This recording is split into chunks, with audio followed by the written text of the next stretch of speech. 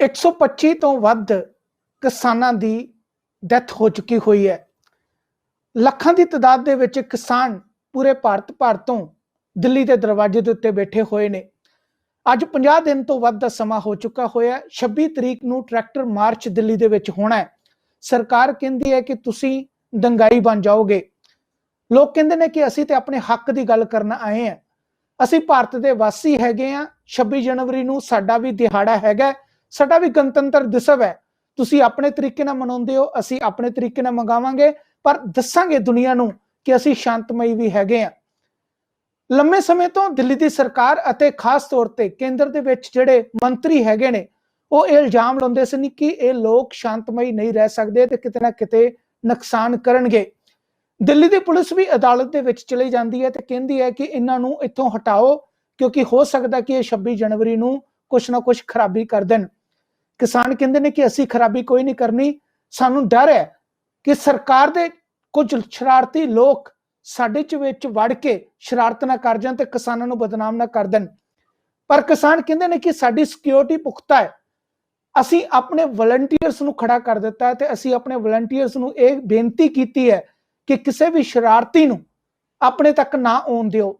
ਅਗਰ ਕੋਈ ਸ਼ਰਾਰਤ ਕਰਦਾ ਹੈ ਤਾਂ ਉਹਨੂੰ ਮਨਾ ਕਰੋ ਅਤੇ ਉਸ ਨੂੰ ਆਪਣੇ ਤੋਂ ਦੂਰ ਕਰ ਦਿਓ ਤਾਂ ਜੋ ਸਾਡੇ ਉੱਤੇ ਕੋਈ ਤੋਹਮਤ ਨਾ ਲੱਗੇ। ਕਹਿਣ ਤੋਂ ਭਾਵ ਕਿ ਇਤਿਹਾਸ ਦੇ ਵਿੱਚ ਇਹੋ ਜਿਹਾ ਪ੍ਰੋਟੈਸਟ ਨਾ ਭਾਰਤ ਦੇ ਵਿੱਚ ਹੋਇਆ ਤੇ ਨਾ ਹੋ ਸਕਦਾ ਹੈ।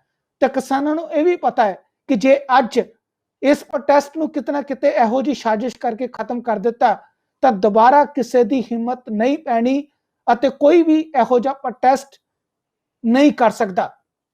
ਲੇਕਿਨ ਹੋਇਆ ਕੀ ਹੈ, ਜਦੋਂ ਕਿਸਾਨ ਜਥੇਬੰਦੀਆਂ ਕਹਿੰਦੀਆਂ ਨੇ ਕਿ ਅਸੀਂ 26 ਜਨਵਰੀ ਨੂੰ ਪ੍ਰੋਟੈਸਟ ਕਰਨਾ ਹੈ, ਤਾਂ ਅੱਜ ਦਿੱਲੀ ਦੇ ਵਿੱਚ ਸੂਰਜ ਢਲਦੇ ਸਾਰ ਹੀ ਇੱਕ ਇਹੋ ਜਿਹਾ ਕਾਰਨਾਮਾ ਹੁੰਦਾ ਹੈ ਜਿਹਦੇ ਚ ਵਲੰਟੀਅਰਸ ਜਿਹੜੇ ਨੇ ਕਿਸਾਨ ਲੀਡਰਾਂ ਕੋਲੋਂ ਇੱਕ ਬੰਦੇ ਨੂੰ ਫੜ ਕੇ ਲਿਆਉਂਦੇ ਨੇ ਅਤੇ ਜਦੋਂ ਉਸ ਤੋਂ ਪੁੱਛ ਪੜਤਾਲ ਕੀਤੀ ਜਾਂਦੀ ਹੈ ਤਾਂ ਉਹ ਦੱਸਦਾ ਹੈ ਕਿ ਉਹ ਕੋਲ ਇੱਕ ਹਥਿਆਰ ਵੀ ਹੈਗਾ ਤੇ ਲੰਮੇ ਸਮੇਂ ਤੋਂ ਇਸ ਕਿਸਾਨਾਂ ਦੇ ਵਿੱਚ ਬੈਠ ਕੇ, ਕਿਸਾਨਾਂ ਦਾ ਲੰਗਰ ਖਾ ਕੇ, ਕਿਸਾਨਾਂ ਦੇ ਨਾਲ ਸੌ ਕੇ ਉਹ ਜਸੂਸੀ ਕਰ ਰਿਹਾ ਸੀ। ਤੇ ਉਹ ਇਕੱਲਾ ਨਹੀਂ ਹੈਗਾ, ਉਹਦੇ ਨਾਲ 10 ਲੋਕ ਹੋਰ ਵੀ ਹੈਗੇ ਨੇ, ਜਿਨ੍ਹਾਂ ਦੇ ਵਿੱਚ 2 ਲੜਕੀਆਂ ਵੀ ਨੇ। ਤੇ ਮੁੱਖ ਤੌਰ ਤੇ ਉਹਨਾਂ ਦਾ ਕਾਰਨ ਇਹ ਹੈਗਾ ਕਿ ਕਿਸੇ ਨਾ ਕਿਸੇ ਤਰੀਕੇ ਨਾਲ ਇਸ ਪੂਰੇ ਪ੍ਰੋਟੈਸਟ ਨੂੰ, ਜਿਹੜਾ ਕਿ ਲੋਕ ਆਪਣੇ ਹੱਕਾਂ ਦੇ ਲਈ ਮੰਗ ਕਰ ਰਹੇ ਨੇ, ਉਸ ਨੂੰ ਬਦਨਾਮ ਕਰਨਾ ਅਤੇ ਉਹਦੇ ਵਿੱਚ ਇਹੋ ਜਿਹੀ ਘਟਨਾ ਨੂੰ ਅੰਜਾਮ ਦੇਣਾ ਜਿਹਦੇ ਨਾਲ ਇਹਨਾਂ ਨੂੰ ਇੱਕ ਵਾਰੀ ਫੇਰ ਵੱਖਵਾਦੀ ਤੇ ਅੱਤਵਾਦੀ ਸਾਬਤ ਕੀਤਾ ਜਾ ਸਕੇ। ਲੇਕਿਨ ਇਹ ਨਹੀਂ ਹੈ ਕਿ ਸਿਰਫ ਵੱਖਵਾਦੀ ਅਤੇ ਅੱਤਵਾਦੀ ਤੱਕ ਹੀ ਇਹਨਾਂ ਦੇ ਉੱਤੇ ਤੋਹਮਤ ਲਾਉਣੀ ਹੈ। ਇਸ ਨੂੰ ਹੋਰ ਵੀ ਅੱਗੇ ਬਦਨਾਮ ਕਰਨ ਵਾਸਤੇ ਜਾਂ ਇਹਦੇ ਵਿੱਚ ਹੋਰ ਵੀ ਖੱਲਰ ਪਾਉਣ ਵਾਸਤੇ ਇੱਥੋਂ ਤੱਕ 4 ਲੀਡਰਾਂ ਦਾ ਵੀ ਚयन ਕਰ ਲਿੱਤਾ ਗਿਆ ਸੀ, ਜਿਨ੍ਹਾਂ ਨੂੰ 26 ਜਨਵਰੀ ਤੱਕ ਗੋਲੀ ਮਾਰ ਕੇ ਹਲਾਕ ਕੀਤਾ ਜਾਣਾ ਸੀ, ਤਾਂ ਜੋ ਇਹ ਲੱਗੇ ਕਿ ਇਹ ਲੋਕ ਜਿਹੜੇ ਆਪਸ ਦੇ ਵਿੱਚ ਸ਼ਾਂਤਮਈ ਰਹਿਣ ਦੀ ਗੱਲ ਕਰ ਰਹੇ ਨੇ ਜਾਂ ਜਿਹੜੇ ਕਹਿ ਰਹੇ ਨੇ ਕਿ ਹੁਣ ਹੰਨੇ ਜਾਂ ਬੰਨੇ ਦੀ ਗੱਲ ਕਰ ਲੈਣੀ ਚਾਹੀਦੀ ਹੈ, ਉਹਨਾਂ ਦੇ ਵਿੱਚ ਆਪਸੀ ਟਕਰਾਅ ਹੋ ਗਿਆ ਤੇ ਉਹਦੇ ਕਰਕੇ ਗੋਲੀ ਚੱਲ ਗਈ ਤੇ ਆਪਸ ਦੇ ਵਿੱਚ ਨੁਕਸਾਨ ਹੋ ਗਿਆ। ਇਹ ਕਿੰਨਾ ਖਤਰਨਾਕ ਹੈ, ਇਹ ਵਿਉਂਤ ਕਿਹਦੀ ਹੋ ਸਕਦੀ ਹੈ, ਇਹ ਚਾਲ ਕਿੰਨੀ ਚੱਲੀ ਹੈ, ਜਾਂ ਇਹ ਅਗਰ ਇਹ ਆਦਮੀ ਫੜਿਆ ਨਾ ਜਾਂਦਾ ਤਾਂ ਇਹਦਾ ਨੁਕਸਾਨ ਕਿਹਨੂੰ ਚੱਲਣਾ ਪੈਂਦਾ ਜਾਂ ਕਿੱਥੋਂ ਤੱਕ ਇਹਦਾ ਨੁਕਸਾਨ ਹੋ ਸਕਦਾ ਸੀ। ਇਹਦੇ ਨਾਲ ਅਸੀਂ ਖਾਸ ਤੌਰ ਤੇ ਗੱਲ ਕਰਾਂਗੇ। ਖਾਸ ਤੌਰ ਤੇ ਅੱਜ ਜਿਹੜੀ ਗੱਲਬਾਤ ਕਰਾਂਗੇ ਉਹਦੇ ਲਈ ਅਸੀਂ ਕੈਨੇਡਾ ਤੋਂ ਇੱਕ ਉੱਗੇ ਪੱਤਰਕਾਰ ਵੀਰ ਵੀ ਹੈਗੇ ਨੇ। ਸਮੇਂ-ਸਮੇਂ ਦੇ ਉੱਤੇ ਖਾਸ ਤੌਰ ਤੇ ਉਹ ਵੱਖ-ਵੱਖ ਟੀਵੀ ਚੈਨਲਾਂ ਦੇ ਉੱਤੇ ਵੀ ਗੱਲਬਾਤ ਕਰਦੇ ਨੇ ਅਤੇ ਨਾਲ ਹੀ ਨਾਲ ਧਾਰਮਿਕ ਪੱਖੋਂ ਵੀ ਲੋਕਾਂ ਨੂੰ ਸਮੇਂ-ਸਮੇਂ ਦੇ ਉੱਤੇ ਗਾਈਡ ਕਰਦੇ ਨੇ ਅਤੇ ਗੁਰਬਾਣੀ ਦੇ ਵਿੱਚ ਜੋ ਕੁਝ ਦਰਜ ਹੈਗਾ ਉਸ ਬਾਰੇ ਦੱਸ ਕੇ ਲੋਕਾਂ ਨੂੰ ਆਪਣੀ ਜ਼ਿੰਦਗੀ ਜਿਹੜੀ ਹੈ ਹੋਰ ਸਹੀ ਕਰਨ ਦੀ ਕੋਸ਼ਿਸ਼ ਕਰਦੇ ਨੇ ਜਾਂ ਉਹਨਾਂ ਨੂੰ ਅਪਡੇਟ ਕਰਦੇ ਨੇ। ਮੇਰੇ ਨਾਲ ਖਾਸ ਤੌਰ ਤੇ ਇਸ ਵੇਲੇ ਕੈਨੇਡਾ ਤੋਂ ਸਰਦਾਰ ਸੋਹਨ ਸਿੰਘ ਖਾਲਸਾ ਜੀ ਜੁੜੇ ਹੋਏ ਨੇ। ਖਾਲਸਾ ਜੀ ਦਾ ਸਵਾਗਤ ਕਰਦੇ ਹਾਂ। ਖਾਲਸਾ ਜੀ ਬਹੁਤ ਬਹੁਤ ਧੰਨਵਾਦ। ਵਾਹਿਗੁਰੂ ਜੀ ਕਾ ਖਾਲਸਾ ਵਾਹਿਗੁਰੂ ਫਤਿਹ। ਮਨੀਸ਼ ਜੀ, ਆਪ ਜੀ ਦਾ ਤੇ ਆਪ ਜੀ ਦੀ ਟੀਮ ਦਾ ਬਹੁਤ ਬਹੁਤ ਧੰਨਵਾਦ ਜੀ, ਜਿਨ੍ਹਾਂ ਨੇ ਅੱਜ ਪੱਖ ਦੇ ਮੁੱਦੇ ਤੇ ਗੱਲ ਕਰਨ ਲਈ ਦਾਸ ਨੂੰ ਨਿਯੋਤਾ ਦਿੱਤਾ ਤੇ ਜੁਆਇਨ ਕਰਵਾਇਆ। ਖਾਲਸਾ ਜੀ, ਮੈਂ ਜ਼ਰੂਰ ਤੁਹਾਡੇ ਕੋ ਪੁੱਛਣਾ ਚਾਹਾਂਗਾ ਕਿ ਇਹ ਵਿਉਂਤ ਜਿਹੜੀ ਹੈ ਇਹ ਆਪਣੇ ਆਪ 'ਚ ਬੜੀ ਖਤਰਨਾਕ ਵਿਉਂਤ ਹੈਗੀ ਹੈ। ਕਿਸਾਨ ਲੀਡਰ ਜਿਹੜੇ ਨੇ ਲੰਮੇ ਸਮੇਂ ਤੋਂ ਇਹ ਕਹਿ ਰਹੇ ਸਨ ਕਿ ਕੁਛ ਨਾ ਕੁਛ ਇਸ ਤਰੀਕੇ ਦਾ ਵਾਪਰੇਗਾ ਜਿਹਦੇ ਨਾਲ ਇਹ ਲੋਕ ਇਸ ਸੰਘਰਸ਼ ਨੂੰ ਖਤਮ ਕਰਨ ਦੇ ਵਿੱਚ ਆਪਣੀ ਇੱਕ ਰੋਲ ਅਦਾ ਕਰਨਗੇ, ਇੱਕ ਭੂਮਿਕਾ ਨਿਭਾਉਣਗੇ। ਅੱਜ ਸਿੱਧੇ ਤੌਰ ਤੇ ਕਿਸਾਨ ਲੀਡਰਾਂ ਨੇ ਇੱਥੋਂ ਤੱਕ ਜਾ ਕੇ ਕਹਿ ਦਿੱਤਾ ਕਿ ਇਹ ਕਿਸੇ ਆਮ ਬੰਦੇ ਦਾ ਕਾਰਾ ਨਹੀਂ ਹੈਗਾ, ਇਹਦੇ ਪਿੱਛੇ ਏਜੰਸੀਆਂ ਨੇ, ਇਹਦੇ ਪਿੱਛੇ ਸਰਕਾਰਾਂ ਨੇ। ਤੁਹਾਨੂੰ ਪਹਿਲੀ ਨਜ਼ਰੇ ਜਦੋਂ ਇਹ ਖਬਰ ਤੁਹਾਡੇ ਸਾਹਮਣੇ ਆਉਂਦੀ ਹੈ ਤੁਹਾਨੂੰ ਕੀ ਲੱਗਦਾ ਹੈ? ਮਨੀਸ਼ ਜੀ, ਇਹ ਸ਼ੌਕਿੰਗ ਨਿਊਜ਼ ਹੈ ਜਿਹੜੀ ਪੂਰੇ ਵਰਲਡ ਵਿੱਚ ਫਲੈਸ਼ ਕਰ ਰਹੀ ਹੈ। ਜਿਹੜੀ ਤੁਸੀਂ ਗੱਲ ਕਹੀ ਹੈ ਇਹਦੇ 'ਚ ਕੋਈ ਸ਼ੱਕ ਨਹੀਂ ਹੈ ਕਿ ਸਰਕਾਰ ਪਹਿਲਾਂ ਵੀ ਇਹੋ ਜਿਹੇ ਕਾਰਨਾਮੇ ਭਾੜੇ ਦੇ ਗੁੰਡਿਆਂ ਤੋਂ ਕਰਵਾਉਂਦੀ ਰਹੀ ਹੈ। ਇਹ ਸਿੰਘੂ ਬਾਰਡਰ ਤੇ ਜਾਂ ਟਿਕਰੀ ਬਾਰਡਰ ਤੇ ਪਹਿਲੀ ਘਟਨਾ ਨਹੀਂ ਹੈ। ਕੱਲ ਵੀ ਅਜੇ ਕਿਸਾਨ ਲੀਡਰ ਸਰਦਾਰ ਬਲਦੂ ਸਿੰਘ ਦੀ ਕਾਰ ਦਾ ਸ਼ੀਸ਼ਾ ਪੁਲਿਸ ਨੇ ਤੋੜਿਆ। ਸਾਡੇ ਕੋਲ ਪਹਿਲਾਂ ਵੀ ਇਦਾਂ ਦੀਆਂ ਘਟਨਾਵਾਂ ਨੇ ਜਦੋਂ ਸਰਕਾਰੀ ਗੁੰਡੇ ਪੁਲਿਸ ਦੀ ਵਰਦੀ ਪਾ ਕੇ ਆਮ ਲੋਕਾਂ ਤੇ ਤਸ਼ੱਦਦ ਕਰਦੇ ਰਹੇ ਨੇ ਇਸ ਬੀਜੇਪੀ ਦੇ ਰਾਜ ਦੇ ਵਿੱਚ। ਹੁਣ ਕੁਝ ਇੱਕ ਦਿਨ ਪਹਿਲਾਂ ਦੀ ਗੱਲ ਕਰਦਾ, 3-4 ਦਿਨ ਪੁਰਾਣੀ ਗੱਲ ਹੈ। ਸਿੰਘੂ ਬਾਰਡਰ ਤੇ ਹੀ ਇੱਕ ਟੈਂਟ ਨੂੰ ਅੱਗ ਲਾ ਦਿੱਤੀ ਗਈ ਰਾਤ ਨੂੰ, ਉਹ ਵੀ 2 ਵਜੇ। 2 ਬੰਦੇ ਭੱਜ ਗਏ ਤੇ ਇੱਕ ਬੰਦਾ ਫੜਿਆ ਗਿਆ। ਉਹਦੀ ਹਜੇ ਤੱਕ ਵੀ ਪਛਾਣ ਜਿਹੜੀ ਸਰਕਾਰ ਨੇ ਨਹੀਂ ਦੱਸੀ ਉਹ ਕੌਣ ਸੀ। ਇਸ ਕਰਕੇ ਸਰਕਾਰ ਕਿਸੇ ਵੀ ਹੱਦ ਤੱਕ ਗਿਰ ਸਕਦੀ ਹੈ। ਮੈਨੂੰ ਉਹ ਗੱਲ ਯਾਦ ਆਉਂਦੀ ਹੈ, ਬਹੁਤ ਸਾਰੇ ਵਿਦਵਾਨਾਂ ਨੇ ਉਹ ਗੱਲ ਕਹੀ ਹੈ ਕਿ ਬਰੇਲੀ ਦੇ ਬਾਜ਼ਾਰ 'ਚ ਝੁਮਕਾ ਉਹਨਾਂ ਨਹੀਂ ਸੀ ਗਿਰਿਆ ਜਿੰਨੀ ਸਰਕਾਰ ਗਿਰ ਚੁੱਕੀ ਹੈ। ਅਸਲ ਵਿੱਚ ਮਨੀਸ਼ ਜੀ ਇਹਦੇ ਤੇ ਇੱਕ ਸਾਜ਼ਿਸ਼ ਦਾ ਮੈਂ ਖੁਲਾਸਾ ਹੋਰ ਕਰਨਾ ਚਾਹੁੰਦਾ। ਅਸਲ 'ਚ ਜਿਹੜੀ ਸਰਕਾਰ ਦੀ ਪਲੈਨਿੰਗ ਸੀ ਉਹ ਇਹ ਹੋਣੀ ਹੈ, ਕੁਝ ਬੰਦਿਆਂ ਤੋਂ ਕਿਸਾਨ ਲੀਡਰਾਂ ਨੂੰ ਗੋਲੀ ਮਰਵਾਈ ਜਾਵੇ, ਉਹਨਾਂ ਦੇ ਪਿੱਛੇ ਕੁਝ ਹੋਰ ਬੰਦੇ ਖੜੇ ਕੀਤੇ ਹੋਏ ਨੇ ਜਿਨ੍ਹਾਂ ਨੇ ਕੀਤੇ ਹੋਏ ਹੋਣਗੇ, ਜਿਨ੍ਹਾਂ ਨੇ ਉਹਨਾਂ ਬੰਦਿਆਂ ਨੂੰ ਗੋਲੀ ਮਾਰਨੀ ਸੀ ਜਿਨ੍ਹਾਂ ਨੇ ਕਿਸਾਨ ਲੀਡਰ ਸਾਹਿਬਾਨ ਨੂੰ ਗੋਲੀਆਂ ਮਾਰ ਕੇ ਸ਼ਹੀਦ ਕਰਨਾ ਸੀ। ਕਿਉਂਕਿ ਸਰਕਾਰ ਦੇ ਕੋਲ ਜਦੋਂ ਕਿਸੇ ਕੋਲੋਂ ਕੰਮ ਨਿਕਲ ਜਾਂਦਾ, ਮੈਂ ਤੇ ਉਹਨਾਂ ਨੌਜਵਾਨਾਂ ਨੂੰ ਜਿਹੜੇ ਸਰਕਾਰ ਦੇ ਕਹਿਤ ਇਦਾਂ ਦੇ ਕੰਮ ਕਰਦੇ ਨੇ ਚੰਦ ਸਿੱਕਿਆਂ ਦੇ ਬਦਲੇ, ਉਹਨਾਂ ਨੂੰ ਵੀ ਆਗਾਹ ਕਰਨਾ ਚਾਹੁੰਦਾ ਵੀ ਸਰਕਾਰ ਨੇ ਤੁਹਾਨੂੰ ਵੀ ਮਾਰ ਦੇਣਾ। ਕਿਸਾਨ ਲੀਡਰ ਤੁਹਾਡੀ ਲੜਾਈ ਲੜ ਰਹੇ ਆ, ਕਿਸੇ ਹੋਰ ਦੀ ਲੜਾਈ ਨਹੀਂ ਲੜ ਰਹੇ।